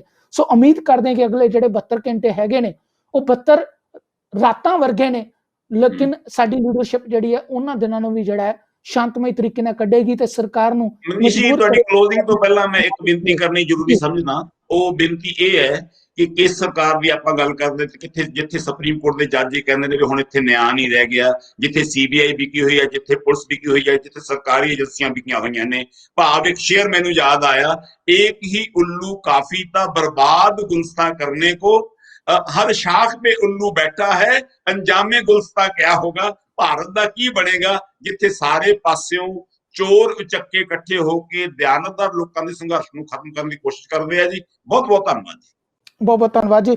ਸਰਦਾਰ ਸੋਹਣ ਸਿੰਘ ਖਾਲਸਾ ਉਹਨਾਂ ਨੇ ਜਿਸ ਤਰੀਕੇ ਨਾਲ ਗੱਲ ਕੀਤੀ ਹੈ ਕਿ ਆਪਣੇ ਆਪ 'ਚ ਅੱਜ ਲੀਡਰਸ਼ਿਪ ਦਾ ਕੀ ਬਣੇਗਾ, ਲੇਕਿਨ ਲੋਕੀ ਸਿਆਣੇ ਇਹ ਵੀ ਆਖਦੇ ਨੇ ਕਿ ਜੇ ਅੱਜ ਸਰਕਾਰ ਇਸ ਤਰੀਕੇ ਦਾ ਕੰਮ ਕਰ ਰਹੀ ਹੈ ਤੇ ਸਭ ਤੋਂ ਵੱਡੀ ਘਾਟ ਓਪੋਜੀਸ਼ਨ ਚ ਵਿੱਚ ਵੀ ਹੈਗੀ ਹੈ, ਜਿਸ ਨੇ ਸਿਰਫ ਤੇ ਸਿਰਫ ਆਪਣੇ ਪਰਿਵਾਰਵਾਦ ਨੂੰ बढ़ावा देने वास्ते ਜਾਂ ਉਸ ਨੂੰ ਬਚਾਏ ਰੱਖਣ ਵਾਸਤੇ ਦੇਸ਼ ਦੇ ਵਿੱਚ ਇਹ ਨੌਬਤ ਲੈ ਕੇ ਆਂਦੀ ਕਿ ਅੱਜ ਸਰਕਾਰਾਂ ਜਿਹੜੀਆਂ ਨੇ ਕਿਸੇ ਨੂੰ ਟਿੱਚ ਤੱਕ ਨਹੀਂ ਜਾਂਦੀਆਂ। ਸੋ ਖਾਲਸਾ ਜੀ, ਤੁਹਾਡਾ ਬਹੁਤ ਬਹੁਤ ਧੰਨਵਾਦ, ਸ਼ੁਕਰੀਆ, ਮਿਹਰਬਾਨੀ, ਤੁਸੀਂ ਆਪਣਾ ਕੀਮਤੀ ਸਮਾਂ ਦਿੱਤਾ ਹੈ ਤੇ ਉਮੀਦ ਕਰਦੇ ਹਾਂ ਕਿ ਇਸ ਮਸਲੇ ਦੇ ਉੱਤੇ ਆਉਣ ਵਾਲੇ ਸਮੇਂ ਦੇ ਵਿੱਚ ਵੀ ਅਸੀਂ ਗੱਲਬਾਤ ਕਰਦੇ ਰਵਾਂਗੇ ਜੀ। ਬਹੁਤ ਬਹੁਤ ਧੰਨਵਾਦ ਜੀ ਮਨੀਸ਼ ਜੀ। ਵਾਹਿਗੁਰੂ ਜੀ ਕਾ ਖਾਲਸਾ, ਵਾਹਿਗੁਰੂ ਜੀ ਕੀ ਫਤਿਹ।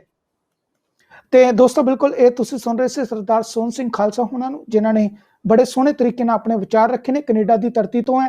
ਅਤੇ ਖਾਸ ਤੌਰ ਤੇ ਇਹ ਜਿਹੜੀ ਗੱਲਬਾਤ ਹੈ ਕਿ ਅੱਜ ਇਹ ਮਸਲਾ ਸਿਰਫ ਤੇ ਸਿਰਫ ਦਿੱਲੀ ਦੀ ਸਰਹੱਦ ਤੇ ਨਹੀਂ ਰਹਿ ਗਿਆ, ਅੱਜ ਇਹ ਮਸਲਾ ਜਿਹੜਾ ਹੈ ਪੂਰੀ ਦੁਨੀਆ ਦੇ ਵਿੱਚ ਜਿੱਥੇ ਜਿੱਥੇ ਪੰਜਾਬੀ ਵੱਸਦਾ ਹੈ ਉੱਥੋਂ ਤੱਕ ਇਹ ਮਸਲਾ ਪਹੁੰਚ ਚੁੱਕਾ ਹੋਇਆ ਹੈ। ਤੇ ਉਮੀਦ ਕਰਦੇ ਹਾਂ ਕਿ ਇਹ ਮਸਲਾ ਜਿਹੜਾ ਹੈ ਅੱਜ ਜਿਹੜੀ ਹੱਕਾਂ ਦੀ ਗੱਲ ਹੈਗੀ ਹੈ, ਜਿਹੜੀ ਭਵਿੱਖ ਦੀ ਗੱਲ ਹੈ, ਉਸ ਨੂੰ ਸ਼ਾਂਤਮਈ ਤਰੀਕੇ ਨਾਲ ਸਰਕਾਰ ਨਿਬੇੜਨ ਵਾਸਤੇ ਕੋਸ਼ਿਸ਼ ਕਰੇਗੀ ਤੇ ਇਸ ਤਰੀਕੇ ਦੀਆਂ ਘਟਨਾਵਾਂ ਜੋ ਵੀ ਕਰਨ ਦੀ ਕੋਸ਼ਿਸ਼ ਕਰ ਰਿਹਾ ਹੈ ਉਸ ਨੂੰ ਕਟਹਿਰੇ ਦੇ ਵਿੱਚ ਖੜਾ ਕਰਕੇ ਉਸ ਨੂੰ ਦੋਸ਼ੀ ਸਾਬਤ ਕੀਤਾ ਜਾਵੇਗਾ ਕਿ ਜਿਹੜਾ ਇੱਥੋਂ ਤੱਕ ਜਾ ਕੇ ਕਿਸਾਨ ਲੀਡਰਾਂ ਦੀ ਹੱਤਿਆ ਤੱਕ ਜਿਹੜੀ ਪਲੈਨਿੰਗ ਜਿਹੜੀ ਕਰ ਰਹੀ ਹੈ ਉਸ ਨੂੰ ਰੋਕਣ ਵਾਸਤੇ ਸਰਕਾਰ ਨੂੰ ਆਪਣੇ ਤੌਰ ਤੇ ਪੁਖਤਾ ਪ੍ਰਬੰਧ ਕਰਨ ਦੀ ਕੋਸ਼ਿਸ਼ ਕਰਨੀ ਚਾਹੀਦੀ ਹੈ, ਤਾਂ ਜੋ ਕੋਈ ਵੀ ਜਿਹੜਾ ਮਾਨਵਤਾ ਦੀ ਸੇਵਾ ਨਹੀਂ ਕਰਦਾ ਜਾਂ ਕਿਸੇ ਵੀ ਤਰੀਕੇ ਦੀ ਦੰਗਾਈ ਬਣਨ ਦੀ ਕੋਸ਼ਿਸ਼ ਕਰਦਾ ਉਸ ਨੂੰ ਰੋਕਿਆ ਜਾ ਸਕੇ। ਬਹੁਤ ਬਹੁਤ ਧੰਨਵਾਦ, ਰੱਬ ਰਾਖਾ, ਸਤਿ ਸ਼੍ਰੀ ਅਕਾਲ ਜੀਓ।